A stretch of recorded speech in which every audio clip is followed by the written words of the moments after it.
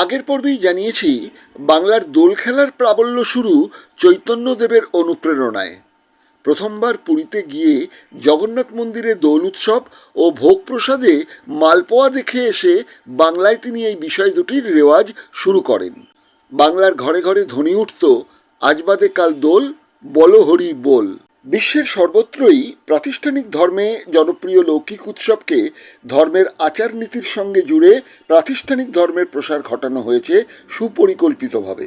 1877-এ grouse সাহেবের লেখা memories of the history of Mathura বইতে লিখেছেন, হোলির দিন কৃষ্ণের জন্মস্থান নন্দগ্রাম ও রাধার জন্মস্থান বর্ষানাতে পুরুষ ও মহিলারা দু দলে ভাগ হয়ে দোল খেলেন। পুরুষ দল বর্ষানাতে পৌঁছয় একটু দেরি করে, কারণ কথিত আছে কৃষ্ণ ছিলেন লেট লতিফ, তিনিও রাধার সঙ্গে হরি খেলতে নির্ধারিত সময়ের পরে এসেছিলেন। ফলে মেয়েরা ছেলেদের লাঠি দিয়ে অভিমানে পেটান খেলার ছলে, ছেলেরা পিচকিরি দিয়ে মেয়েদের মানভঞ্জন করেন।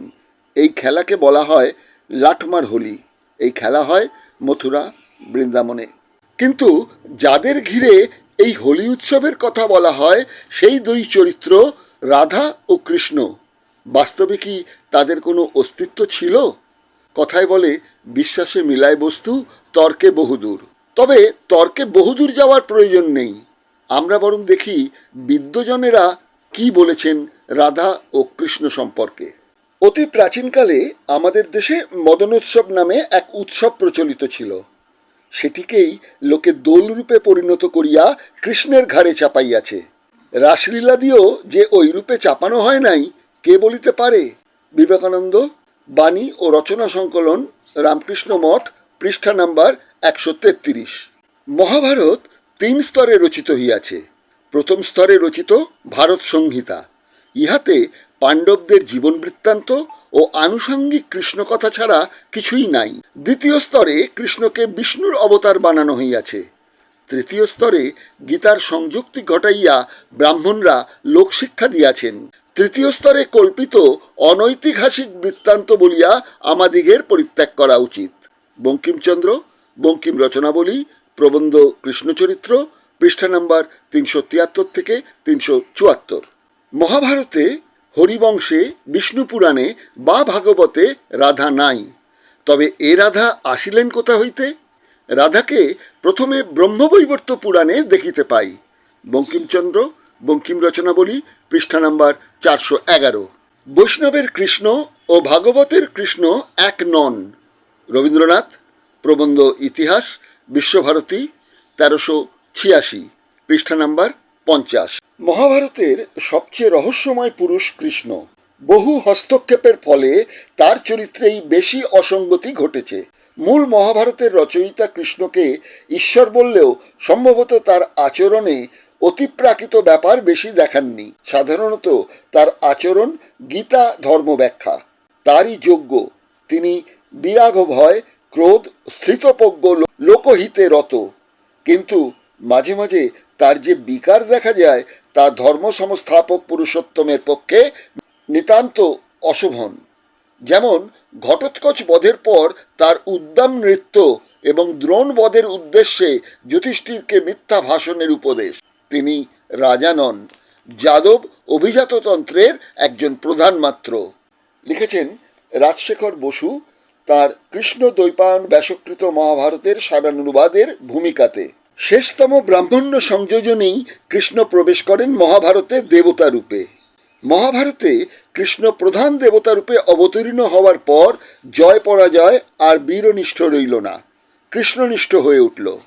ক্ষত্রিয়ের নীতি পদদলিত হল। কৃষ্ণের পরামর্শে প্রত্যেকটি কৌরব মহারথীকে অন্যায় সমরে প্রাণ দিতে হলো। মানবিক ও ক্ষাত্রনীতির ওপর আরোপিত হল কৃষ্ণ। কৃষ্ণই পরিমাপ হলেন ন্যায় অন্যায়ের। মানবায়িত মূল্যবোধ কৃষ্ণেও প্রতিহত হল। লিখেছেন সুকুমারী ভট্টাচার্য তার প্রাচীন ভারত সমাজ ও সাহিত্য গ্রন্থে, পৃষ্ঠা নাম্বার 85। এই বৃহৎবঙ্গ পূর্ব হইতে নবব্রাহ্মণ্য নেতা কৃষ্ণের বিদ্বেষী ছিল। বেদের কালে ব্রাহ্মণ এত শক্তিশালী ছিল না। যে কোনো জাতির লোক ব্রাহ্মণ হতে পারতেন। পৌরাণিক কালে ব্রাহ্মণকে দেবতারও ওপরে স্থান দেওয়া হলো। এটাই কৃষ্ণাশ্রিত ব্রাহ্মণ্য ধর্ম। দীনেশচন্দ্র সেন, বৃহৎবঙ্গ, প্রথম খণ্ড, পৃষ্ঠা নাম্বার 10 ও 47। পুরাণ মতে বাংলায় বৌদ্ধ ধর্মের উন্মূলনে প্রত্যক্ষভাবে হস্তক্ষেপ করেছিলেন শিব, কিন্তু এ ব্যাপারে বিষ্ণুর ভূমিকা আরও সুদূর প্রসারী।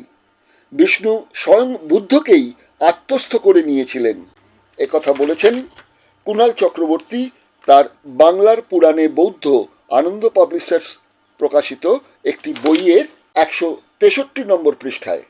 গীতার শ্রী ভগবান ব্রাহ্মণ্যবাদের প্রবক্তাদের দ্বারা সৃষ্ট কল্পিত চরিত্র মাত্র, ঈশ্বরের অবতার অথবা অন্য কোনো ঐতিহাসিক মানুষ নন।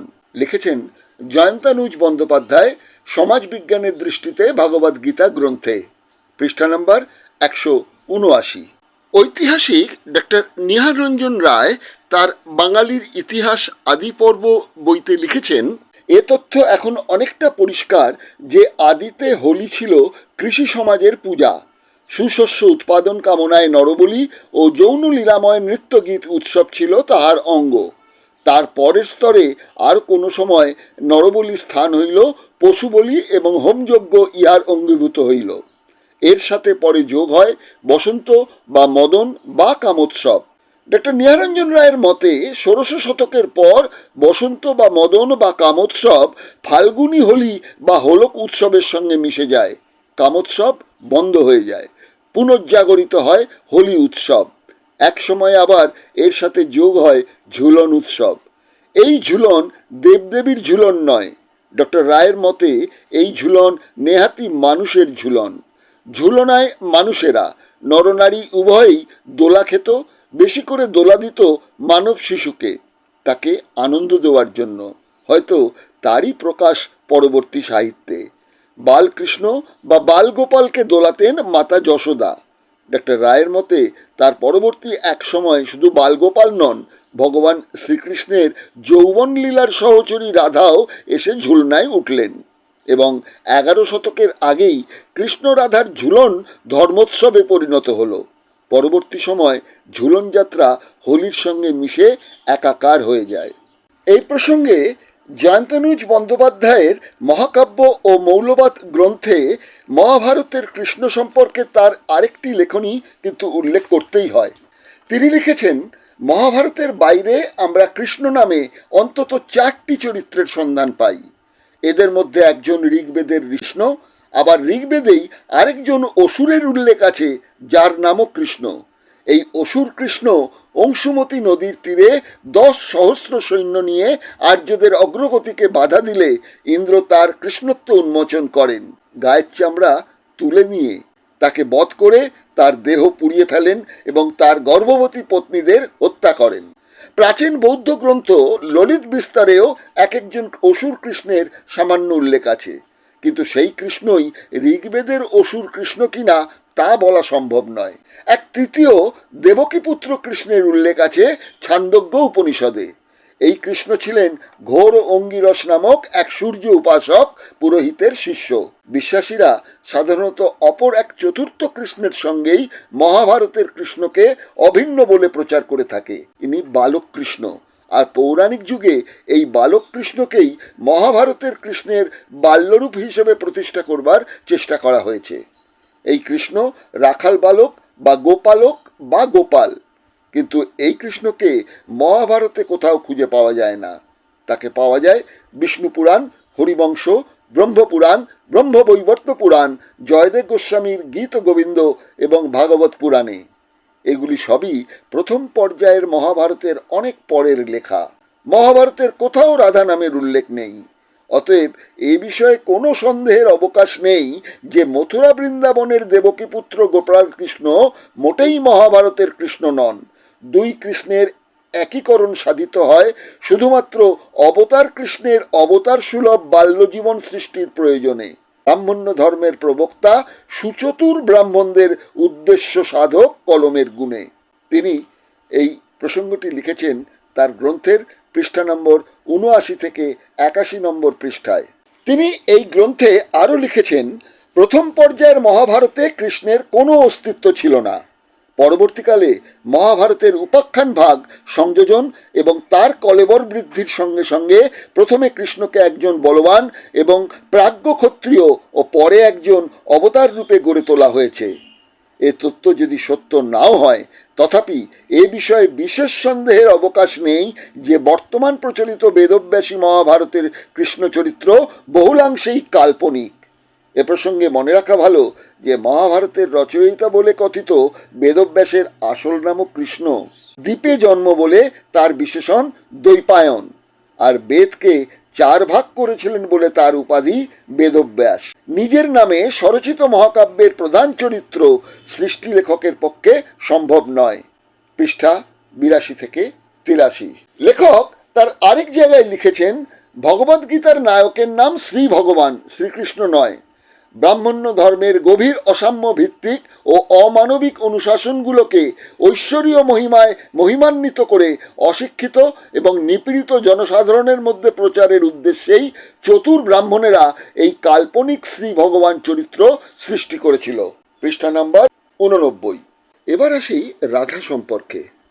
আচ্ছা, রাধার জন্মদিন কবে বলা হয় জানেন? কৃষ্ণ অষ্টমীর দিন তো সবাই জানেন। বলা হয় রাধা অষ্টমী ভাদ্র মাসের শুক্লপক্ষের অষ্টমী তিথিতে। 2025-এ দিনটি পড়ছে কৃষ্ণের জন্মদিনের 15 দিন পর, 31শে আগস্ট। আমার সম্পাদিত ও সংকলিত একটি বই আছে, নাম মধু বৃন্দাবনে। সেখান থেকেই কিছু তথ্য তুলে ধরব। বিস্তারিত জানাবো রাধার জন্মদিনের আরেকটি পর্বে। রাধার বাস্তবিক অস্তিত্ব ছিল কি না সে প্রশ্নে বরং প্রথমে বঙ্কিমচন্দ্র তার কৃষ্ণচরিত্র প্রবন্ধে 411 নম্বর পৃষ্ঠায় কি লিখেছেন সেটা দেখা যাক। তিনি লিখছেন, মহাভারতে, হরিবংশে, বিষ্ণুপুরাণে বা ভাগবতে রাধা নাই। তবে এ রাধা আসিলেন কোথা হইতে? রাধাকে প্রথমে ব্রহ্মবৈবর্ত পুরাণে দেখিতে পাই। রাধা জন্মতত্ত্বে বলা হয়েছে, ভাদ্রে মাসি শীতে পক্ষে অষ্টমী সংজ্ঞাকে তিথই বৃষ বর্ণবজ্ঞ ভূমই জাতাশা রাধিকা দিবা। রাধার পিতা বৃষভানু। বৃষভানু অর্থাৎ বৃষরাশিতে যে সময় ভানু অর্থাৎ সূর্য থাকেন। কান্মকুজ্জ নগরীর কলাবতী রাধার মা। রাধার কাকা চন্দ্রভানু ও তার স্ত্রী বিন্দুমতীর আরেক কন্যা ছিল, তার নাম চন্দ্রাবলী। দুজনেই নাকি সমান গুণাসম্পন্না। রাধার অহংকার যে কৃষ্ণ আমারই, আর চন্দ্রাবলীর বক্তব্য যুক্তিনিষ্ঠ। তিনি নাকি বলেন, কৃষ্ণের অসংখ্য প্রেমিকার আমি একজন। মহানামব্রত ব্রহ্মচারী মহারাজ বলেছেন, রাধা ঘৃত, চন্দ্রাবলী মধু। দুজনেরই কিন্তু পরকীয়া কৃষ্ণের সাথে। কেননা চন্দ্রভানুর স্বামী ছিলেন ভুরুণ্ডা পুত্র গোবর্ধন মল্ল। রাধার স্বামী আয়ান ঘোষ। বলা হয় পূর্বজন্মে আয়ান ছিলেন বিষ্ণু ভক্ত এক ঋষি। তিনি বর চেয়েছিলেন পরজন্মে লক্ষ্মীকে স্ত্রী হিসেবে পেতে। বিষ্ণু বাধ্য হন ভক্তের ইচ্ছা পূরণে, তবে একটি শর্ত জুড়ে দেন, পরজন্মে লক্ষ্মীকে স্ত্রী হিসেবে পেলেও থাকবেন নপুংসক, অর্থাৎ দুজনের যৌনতা থাকবে না। বুঝুন ঠেলা। ভক্তকে বর দিচ্ছেন সেই অনেকটা ঈশপের গল্পের মতো। সারস শিয়ালকে নেমন্তন্ন করছে, খেতে দিচ্ছে কুজোয়, যাতে শিয়াল খেতে না পারে। দেবী ভাগবত মতে এই রাধিকাই নাকি আগে ছিলেন সীতা। দেখুন, বিষ্ণু যে একা 10 অবতারে মর্তলোকে এসেছেন তা নয়, লক্ষ্মীও এসেছেন বারে বারে। কৃষ্ণের মৃত্যু কি করে হলো পুরাণে বর্ণিত হয়েছে, কিন্তু রাধার মৃত্যু? বলা হয় রাধা শেষ জীবনে সন্ন্যাসিনী হয়ে যান। মৃত্যু সময়ে কৃষ্ণের বাঁশি শুনতে চান, কৃষ্ণ তা শোনান। এরপর নাকি কৃষ্ণ তার বাঁশি ভেঙে ফেলেন। আবার গর্গসংহিতা ও ব্রহ্মবৈবর্ত পুরাণ বলছে, কৃষ্ণের মৃত্যুর খবর, সেই খবর নাকি রাধাকে পৌঁছে দেন উদ্ভব। উদ্ভব কৃষ্ণের কাকা দেবভাগের পুত্র। এবার কোনটা সত্যি কোনটা মিথ্যে দিগদর্শনের দর্শকদের জন্যই ছাড়া রইল। এতক্ষণ যা যা বললাম সবগুলোই কিন্তু বিভিন্ন বিদ্বজনের বক্তব্য। এখন দিগদর্শনের দর্শকদের ওপর ছেড়ে দিচ্ছি এই ব্যাপারে সিদ্ধান্ত নেওয়ার জন্য। তবে হ্যাঁ, বসন্ত উৎসব বা কামোৎসব সব দেশেই ঋতুবন্দনা হিসেবে পূজিত হয়েছে। এদেশেও যা ছিল লৌকিক উৎসব, নাথ ধর্মের হাত ধরে সেই উৎসব প্রতিষ্ঠিত হয় অনার্য দেবদেবী শিব পার্বতীকে কেন্দ্র করে। বিপুল জনপ্রিয়তা দেখে এই উৎসবকে পরে জুড়ে দেওয়া হয় বৈষ্ণব শাস্ত্রে। শ্রী চৈতন্যদেব সেই ধারাটিকে বঙ্গীয় বৈষ্ণব সমাজে যুক্ত করে বাংলায় প্রতিষ্ঠিত করলেন রাধাকৃষ্ণের দোলযাত্রা হিসেবে। হোলি প্রসঙ্গে 3টি পর্বের অনুষ্ঠান এখানেই শেষ করছি। কেমন লাগলো নিশ্চয়ই মন্তব্য করে জানাবেন। ভালো লাগলে লাইক করবেন, অন্যকে শেয়ার করবেন। আর যদি মনে হয় যে যা যা বললাম বা যা যা তথ্য তুলে ধরলাম তা অকিঞ্চিতকর হলে প্রবলভাবে সমালোচনা করে মন্তব্য করুন। দিগদর্শন, 10-এর পাশে, দেশের সাথে।